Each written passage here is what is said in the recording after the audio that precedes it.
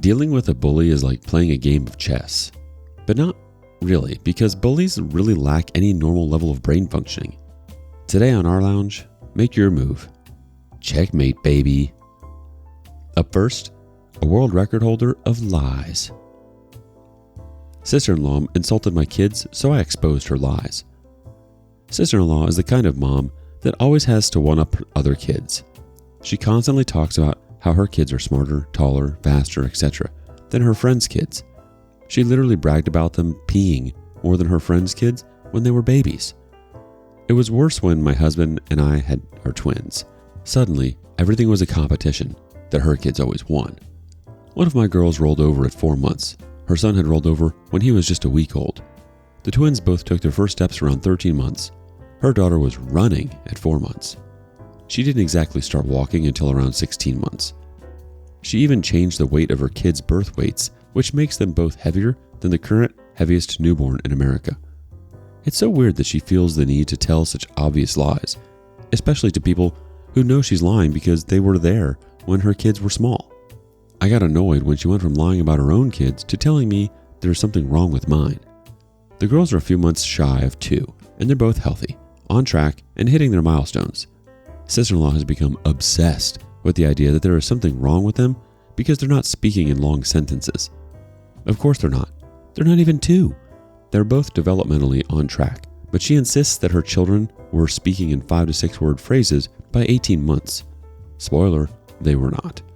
Honestly, her son is almost 7, and I can still barely understand a word the kid says. My husband and I ignored her, but she took it too far when I got a call from her friend who works in early intervention, who was under the impression I was very concerned about my children. We talked, and her friend confirmed that yes, they are on track, and no, there's nothing to worry about. I finally lost my patience. Hey, her kids are breaking almost every record there is, and that should be celebrated. We had dinner with my husband's family on Saturday. Kids were in another room, and I decided it was the perfect time to give her my gift, a booklet I had printed and laminated called the White Claw Book of World Records. I printed all the supposed milestones of her kids, completed with photos and info of the actual world record holders now that they had been pushed to second place. She flipped through the first couple of pages, went beet red, and called me an a-hole. Her husband took it from her and got through the first page before laughing hysterically and asking her why the hell she was lying. Apparently it was not the first time they'd talked about her lying about their kids. She stormed out, but texted me later that night and asked why I'd humiliated her when all she'd ever tried to do was help me get my kids the help they needed. But if that was how I wanted to treat her, then she'd stop. So I guess it's a win for me. Let's check in with the community reactions. Snoo Words 4839 says, I love how her husband asked why she was still lying. No Winner 9931 thinks, judging from this post, that man either must have the patience of a saint or gives no Fs. I prefer leaning towards the second one. Zoreb1 wants to say, tell her the only one who needs help is her. Perhaps you have a friend who works in late intervention who can give her a call to help her grow out of her middle school age of development. Baby Legs O'Shanahan chimes in, love this. You should have stuffed an application to apply for the different records. Everybody knows that not all kids are the same and they develop at different rates, which is perfectly normal.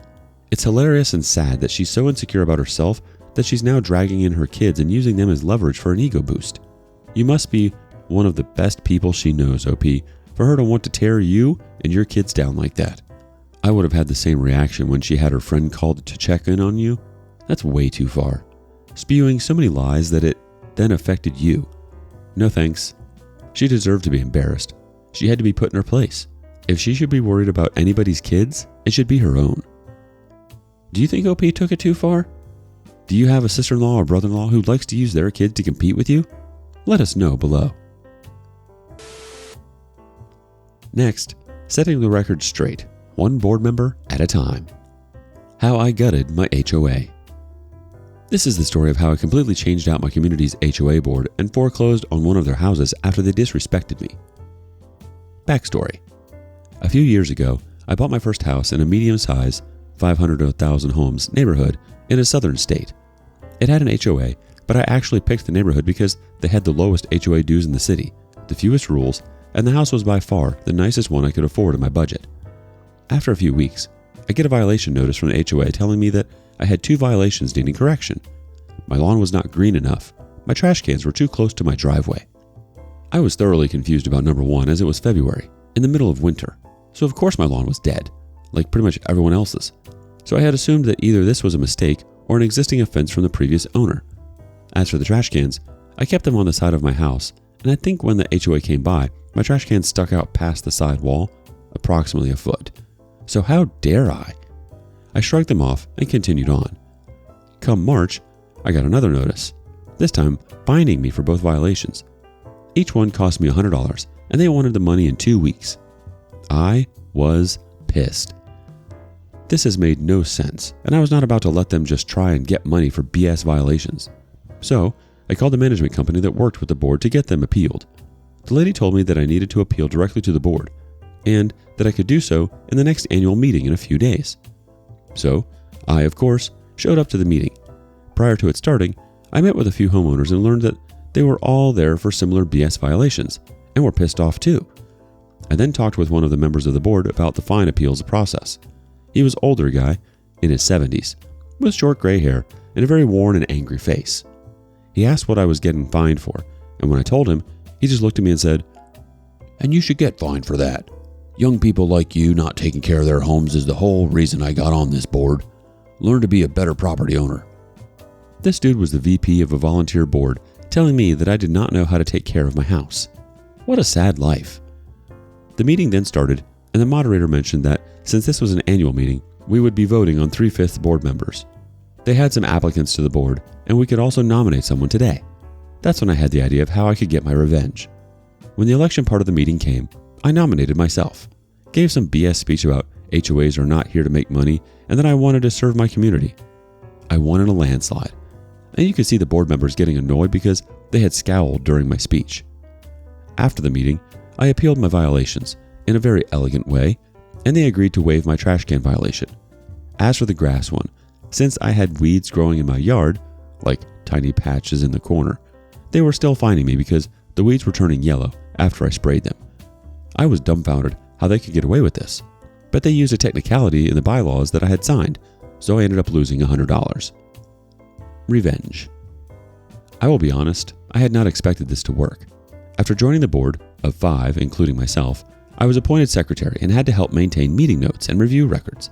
They specifically told me that I was not allowed to propose new policies, but I could vote on new ones proposed by the VP or president, which I later learned was actually a violation of their own rules. I voted every new rule down as long as I was in that position. I decided that my best course of action was to listen to how others operated and look for an opening to get each of them off the board. The first opening came when the president, who literally looked like the most Karen woman ever, mentioned that she had wanted to fine for flowers that were not neutral colors. Basically, if a homeowner wanted to add something like turquoise flowers, we would fine them. She apparently had a neighbor that had flowers that she didn't like, and she wanted to use the board to stop them. It was pretty insane. I then started my revenge on her. I started a message thread on Slack, since that's how we communicated, with the other board members and asked what they had thought about her policy and reasoning. After far too much deliberation, 2 of them honestly thought this was okay. We agreed that the policy went too far. I then made a long post in the main channel telling her that her actions were not only wrong, but that she should be excused from the board. When she inevitably flipped out, I called a board meeting in the following week, and the other 4 board members voted her off for targeting a community member for personal gain. She gave a sob story about how the board was her life and that the neighborhood was like her child, but I didn't care. That was 1 down.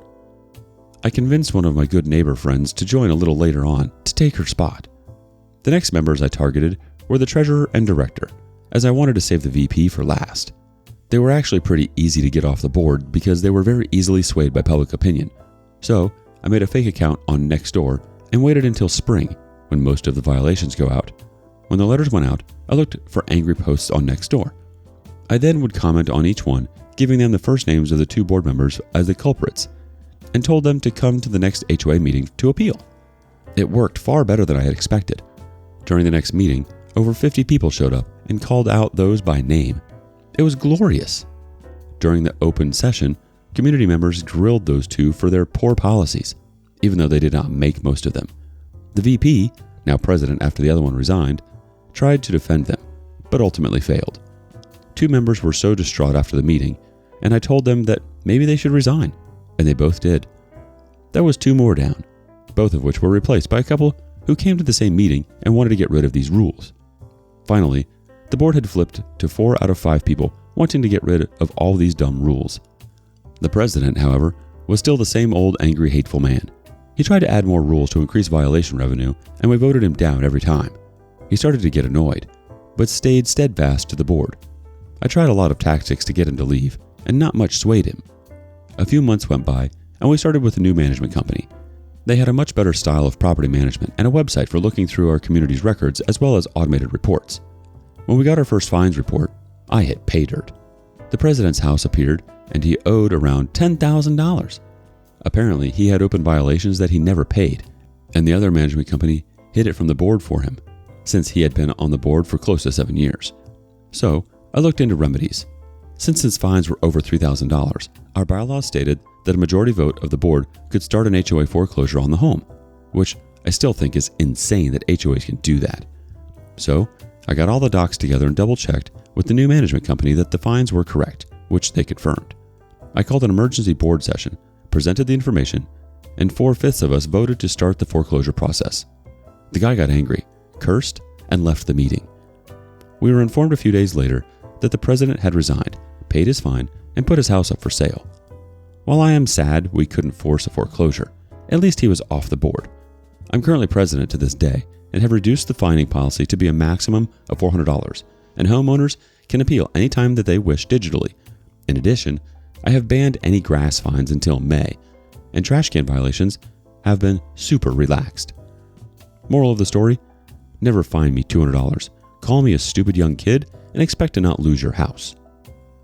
Let's see what the community reacts to this one. Serious Hybrid says, I think the biggest problem with HOAs is that many of the people that get involved are retirees, and they have no friends or hobbies, so the HOA power becomes their whole self-image. Very Undude wants to say, finally, an HOA power trip story with a happy ending. TSG79NJ thinks, this is awesome. I live in an HOA that has gotten progressively worse. Trash cans are their favorite things to nitpick about while they completely ignore safety violations. A few years ago, they tried to fine me during an active police investigation for damage to my property that was caused by vandalism. Meanwhile, I tried to get a board member to help me with the clear violation of the HOA bylaws that was literally keeping some of us from being able to access our own properties much of the day. That board member stupidly emailed me back and admitted that the HOA won't do anything because they really don't have the time or money to take any of us to court. I ended up going to the city code compliance office and got the issue dealt with on my own. But I've been sitting on that email ever since, just waiting for the right moment to deploy it. Wow, you're my hero, OP. This is excellent. What a way to get justice and protect others as well. Sounds like you found your calling. I find that a lot of boards like this tend to have a certain demographic that really likes to pick on people. It's their way of getting their rocks off. This could almost be a Netflix special, and if it was, I'd watch it. And the Oscar goes to? What are your experiences with a board like this? Let us know below. Next, a spin kick of death.